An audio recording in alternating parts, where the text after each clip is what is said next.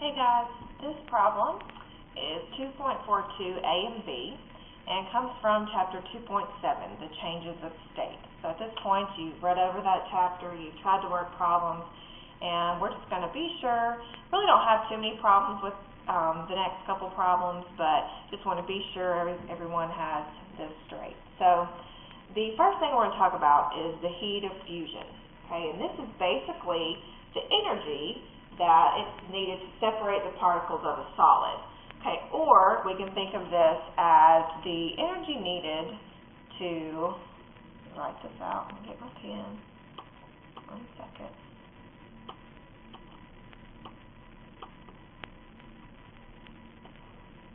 Oh, hang on. Okay, sorry about that. Okay, so it is the energy needed to, so heat of fusion, to freeze or melt water. Okay, so whenever you see freeze or you see melt, you want to think of heat of fusion. Okay, you'll be given the values, the heat of fusion for water. Okay, you don't have to memorize these. You will be given these on your exam, but we want to go ahead and write those out. So the heat of fusion of water is 80 cals per 1 gram, or 334 joules per 1 gram. So our problem asks to calculate the heat needed at 0 degrees to freeze 35 grams of water, and then to indicate whether heat was absorbed or released. So we'll do that at the end. But we want to freeze 35 grams of water, and we want to know what the, how many calories. So we know that we want to end, so when we do our conversion, we want to end with calories. Okay, we want to know what the energy is. So if we have 35 grams, all we're going to do is multiply this times, we're going to use this here. So in 1 gram of water, we have 80 calories.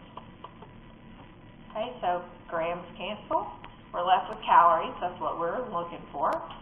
And we get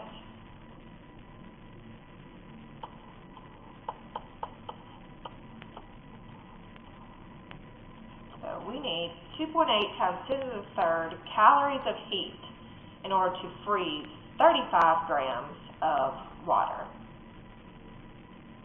Okay. Okay, and then we want to think about whether heat was absorbed or released. Okay, so when you freeze something, heat is being released. So, which makes sense, right? Because the water is freezing, so it's releasing that energy and that heat to the surroundings, and it's going to release the heat. Okay, if we look at part B, this is basically just testing your conversion skills, really. It's the same idea, but here we have 5 kilograms of ice. Okay, and we know that what are we looking for? We're looking for kilojoules. Okay, so our conversion factor that we were given for the heat of fusion is 334 joules per 1 gram of water. So it takes 334 joules per 1 gram of water to melt or to freeze. Okay, so here we are going to be melting, okay, and so we are going to first have to get to grams. We are given kilograms, and we've got to be in grams of water. Okay, so you can do this in separate steps, all together. It doesn't really matter. You can just look at this, and you know that there's 1,000 grams in 1 kilogram. So you're going to move your decimal place over, so either way, 1, 2, 3, which gives us, so now we have grams, so we can use our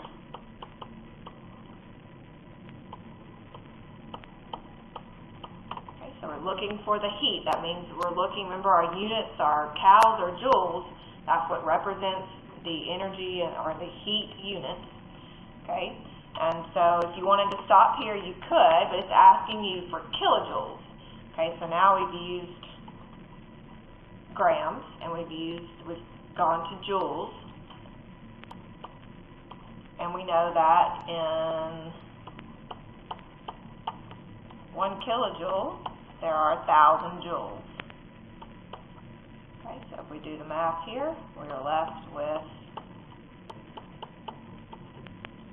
1670 kilojoules, and we are melting. So if we're melting something, it's having to absorb heat. Just think about even ice. You have ice out in the sun. In order for it to melt, it has to absorb the heat from the energy from the sun, and so it's melting. Melting equals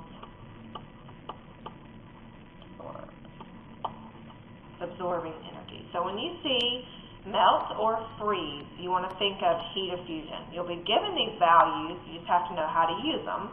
And all you're doing is basically just converting, but you're using that heat of fusion. So you're just plugging that in here.